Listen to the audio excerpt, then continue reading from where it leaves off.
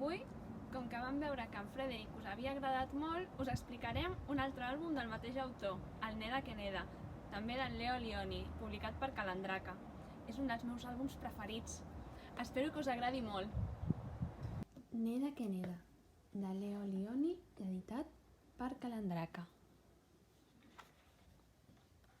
Entre molts peixets vermells hi vivia un peixet que no era vermell, que era negre, com la closca d'un musclo. I el seu nom era Neda que Neda, i nedava més de pressa que cap dels seus germans i germanes vermellets.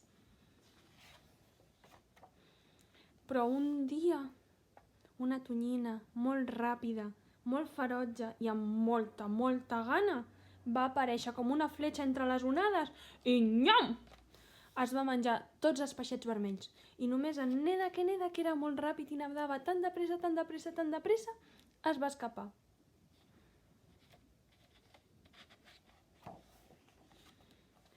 I va començar a nedar i a nedar, allunyant-se pel món humit i profund de l'oceà. Estava tan espantat, tan sol i tan trist, pobret. Però el mar estava ple de criatures fascinants i ho va anar descobrint a poc mentre nedava, entre meravella i meravella. I el Neda que Neda tornava a ser feliç, veient totes aquelles coses tan fantàstiques.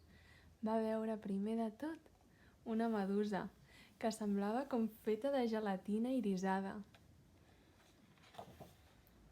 I va veure, ben sorprès, una llagosta amb unes pinces enormes que donava voltes com un molinet. També es va trobar uns peixos estranys, que semblava que estiguessin arrossegats per un fil invisible, es movien tots en línia recta. I un bosc d'algues ben tupit, que creixia sobre unes roques que semblaven de sucre. També va trobar una anguila amb una cua tan llarga, que semblava que gairebé se la deixava.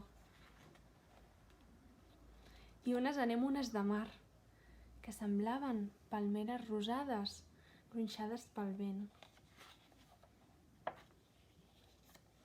Aleshores, un dia, el Neda que Neda, entre una pila de roques i ombres i herbes, va veure una multitud de peixets vermells ben iguals que ell. Oh! El Neda que Neda es va posar molt content. Va dir, som-hi! Anem a nedar i a jugar i a veure coses! Tots els peixets se'l van mirar i li van dir, no podem. És que el peix gros se'ns menjaria. Oh, però no us podeu quedar aquí per sempre, va dir el Neda que Neda. Haurem de pensar alguna cosa. I van començar a rumiar. I de cop i volta el Neda que Neda va dir, oh, ja ho tinc. Anirem a nedar tots junts i semblarem el peix més gros de tot el mar.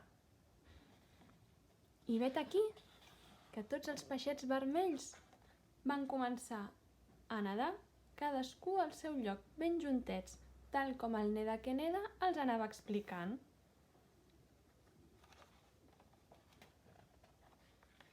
I quan havien après a nedar, com si fossin un peix enorme, Neda que Neda, tot valent, va dir, i jo seré l'ull.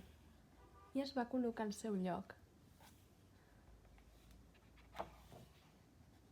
I així van nedar per l'aigua freda del matí, per la claror del sol del migdia, pel clar de lluna, i van espantar el peix gros.